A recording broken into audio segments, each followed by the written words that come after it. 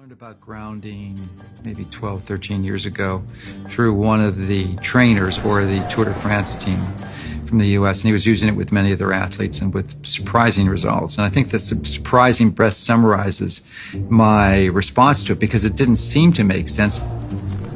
I think I became a believer once I started to explore the science. You need electrons for energy. It's called the electron transport chain in mitochondria. It generates adenosine triphosphate, or ATP. It's the energy molecule in the body. I tell athletes that before an event, stand 15 minutes in your bare feet on the grass, and you will charge up your electron stores. And should you fall down, and athletes fall down, you will not have inflammation at all. I have been a power lifter since I was 12 years old. Right now I've got a lot of records actually, and with just different federations. Some state records, a couple of national records. My name is Dr. Ken Jones. I'm 51 years old and I live in Clarksville, Tennessee. I have a PhD in exercise physiology. I was a college football coach for 17 years and a college strength coach for 17 years. I've been using the earthing technology for about a year now, and it's been a great experience for me. I do sleep a lot better, and I've noticed my recovery time is a lot better. My bench press has gone up and my deadlifts have gone up. My strength levels have gone up, and they've gone up like I was a kid again. And the only thing I've changed, I haven't changed any kind of diet, I haven't changed any patterns that I'm doing, no workout patterns, no anything. I haven't laid off and then come back. And to be honest with you, that's about the only thing I can really attribute it to. The earthing has allowed me to recuperate from workout to workout. It's a big deal. And that, again, I'm 51. I started using it when I was 50. And the most I'd ever squatted was 505 pounds.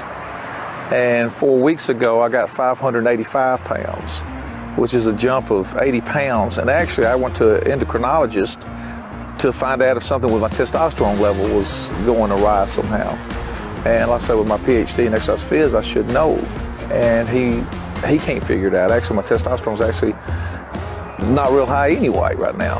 Today was a good day. We just got through with the ADF-PF National Weightlifting Championships.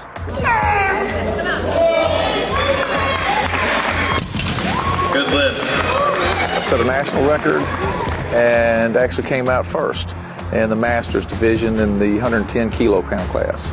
My name is Mark Lane, and I'm a 8-time U.S. national champion water skier, 2-time Pro Tour winner.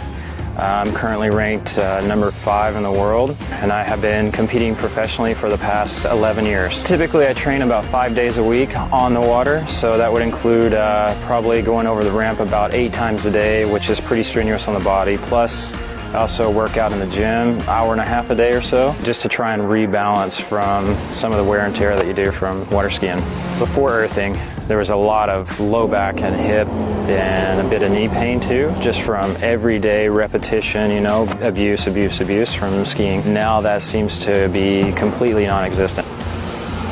Right away, the first thing I noticed, immediately from the first night, is how deep I really slept. It was a noticeable deeper sleep than I've ever experienced ever.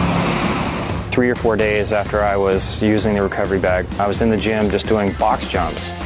And I've been the same on that for a while, it's just, I've got a set amount that I go, and immediately I could actually throw on another extra box on top, and it was like probably 4 inches higher, just doing nothing else. There's no other way to describe it other than that had to have been from the recovery bag. The next thing that I noticed is I was recovering from my water skiing and gym training a lot quicker. I felt like I could actually ski more during the day and actually work out a little bit more so that I'm actually in better shape. And I just felt I was recovered the next day. And a lot of times in the past, if I went hard, I may have to take the next day off because I was just too fatigued. I just didn't feel like I could physically handle it. And now I do. For sure, it's given me a competitive advantage, because I do feel refreshed every single day. And when you feel good, you train hard. And that's probably the most important thing for me. My name is Chris Lieto. I am a professional triathlete. I've been racing for the last 6 years. I am a 3-time Ironman champion, U.S. national champion in 03. I train full time. This is my job. Every day I usually get in anywhere between 3 hours and 8 hours of training. I swim 12 miles a week. I bike 450 miles a week. And I run 80 miles a week. In the last 2 years, my ability to race has gone up as far as performance. Results, I had the best 2 years in Hawaii racing. This year is the World Championships, and that's my focus and goal, is to become world champion. I'm 36, and I'm racing against guys that are 24, 25, or 26. The sport is really tough on your body. I mean, you put it through the ringer every day. But if you don't have that recovery and your body's not adapting, then the training is just going to be hurting you instead of benefiting you. So you really have to take the time and the focus to recover. If I get done with a workout, I'll sit down and I'll wrap my legs in the blanket, or I'll just sit in the blanket. And it's easy, it's simple, and it works.